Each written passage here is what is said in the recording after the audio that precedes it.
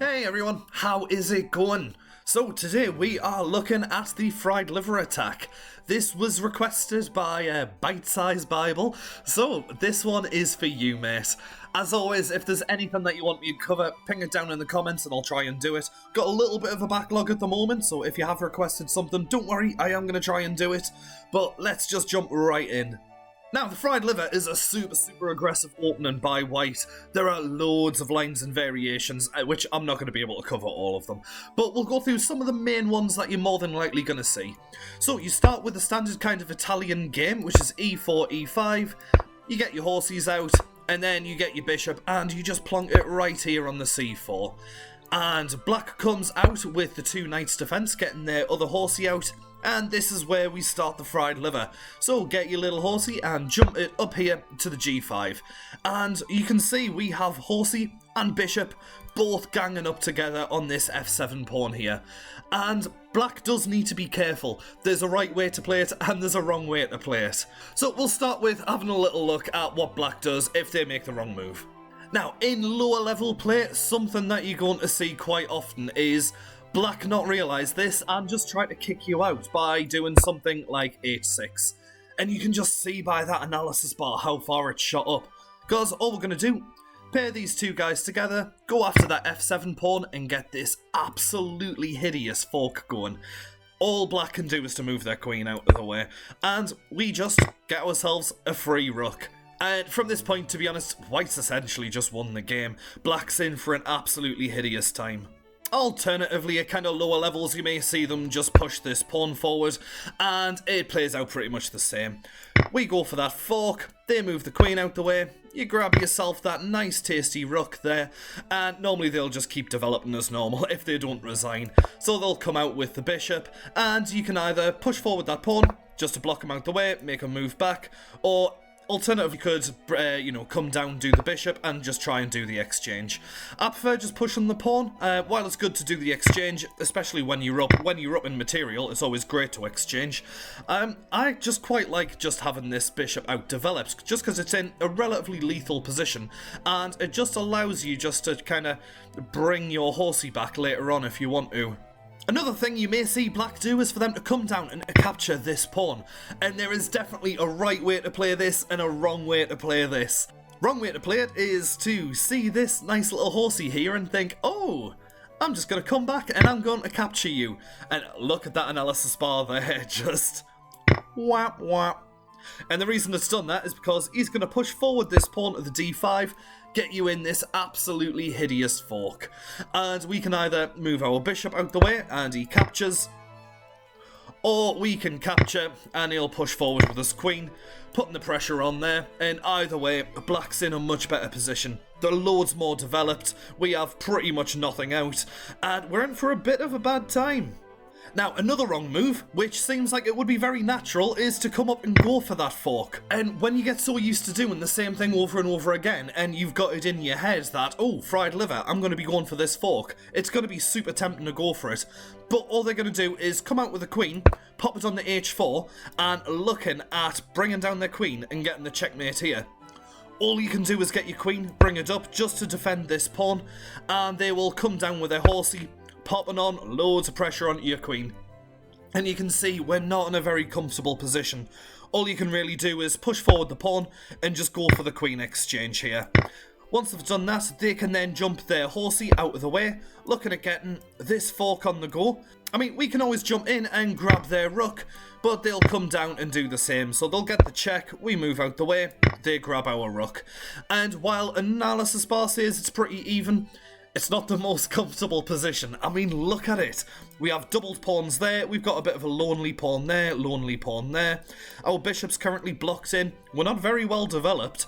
We have to do something about our horsey to get him back. It's not a comfortable position to play.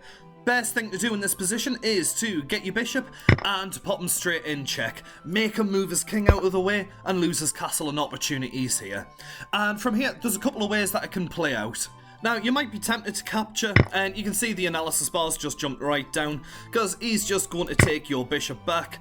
You can get your queen out and you can get him in check, and when he moves back to the e8, it's I mean, we haven't really done too much from there.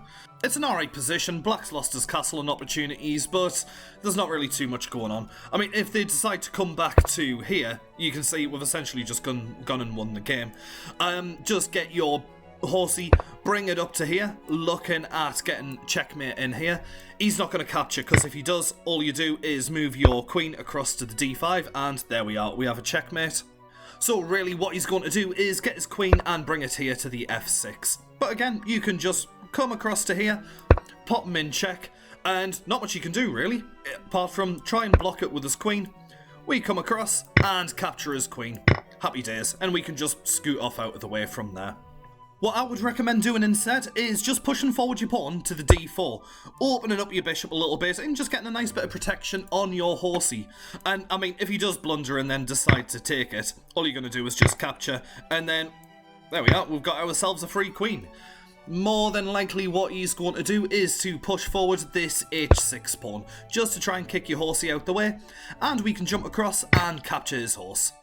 Now from here, Black will use his king and capture your bishop, and I mean, you can capture that pawn. What I would do is push it forward to the d5, just to try and chase his horse around. More than likely you'll bring his horse down to here, just to stop your queen from moving to there, but you can just kick it out the way easy enough with your pawn, forcing him to move back.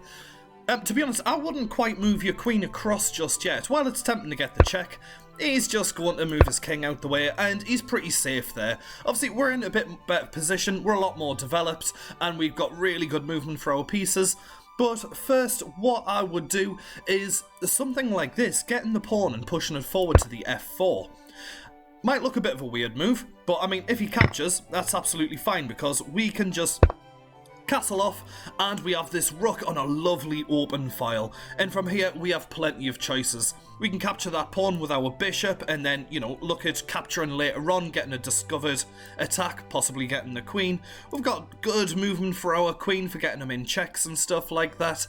We're loads more developed, and we're essentially just going to win this game. Now, the actual main line of the fried liver is pushing forward this pawn to the d5, trying to block off this to try and protect this pawn here.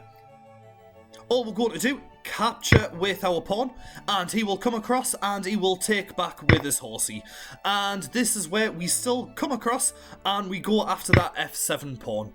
So we're still getting this fork on the go. I mean, Black is forced to capture with his king, and this is where we essentially just start throwing everything that we have at that king. Like I say, super aggressive. So get your queen and move it here to the f3. Now, the correct move for Black is to move to here, to the e6. If he does something stupid and moves back to, just say here, the g8, look at that analysis bar. We've just gone and won the game, because once we capture there, put him in check, he has to try and block it off. All he can do is take with his queen, we take back, he tries to block it, and there we are, checkmate. If he decides to move his king back to here, to the e8, then all we're going to do is just capture, and we've got ourselves a nice free horsey. And you can see we are laying down the pressure here.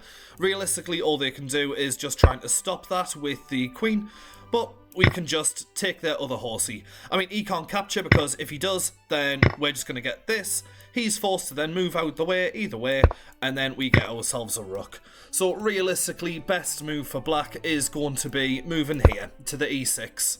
Now from here, you can probably imagine what we're going to do next. We're just going to keep adding more and more attackers in, just to try and come after this weak horsey here. So get your horse and just bring it up to the c3. Obviously, he can't capture because of this bishop here, and we now have 1, 2, 3 people attacking this horsey. Now, there's a few things that Black can do. I mean, if he comes down and does something like this to try and attack your queen, all you're going to do is capture with your bishop, and if he moves back to somewhere like here on the e7, we're just going to go and win the game now, because you move your queen up, get him in check. His only move is to come to here to the d6, and then we can get our horsey, move it across to the e4, and checkmate. If the king moves across to just say here to the d6, then all you want to do is just move your queen out of the way, popping on the pressure here, And it doesn't really matter what he's going to be doing next, we're going to be pushing forward this pawn. So, I mean, if he comes down and goes for the fork, that's fine. Again, you just move out the way, you let him capture, and then push forward that pawn. Obviously, he can't take because of this, and you can see, once again, by the analysis bar, we are in for a very, very good time. We're just going to be chasing this king down, getting that checkmate. Or you may see him bring his horsey down to here, adding in an extra defender on here, but also looking at trying to get a fork going on here. Now, there is a super aggressive way that you can play this, which I will show you. It's really, really fun line.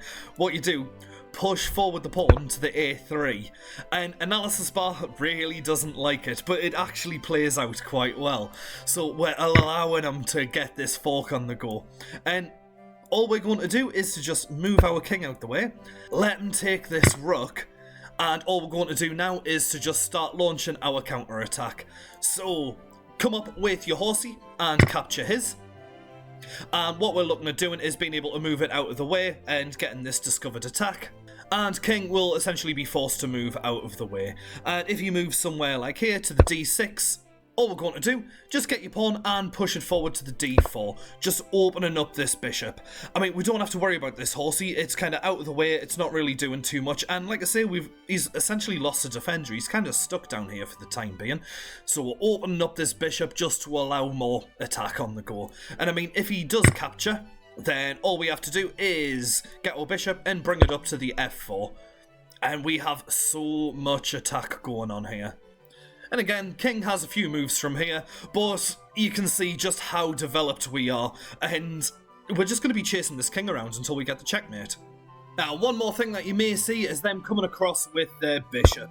And when you capture, they come down and pop you in check. This is the Traxler counter-attack.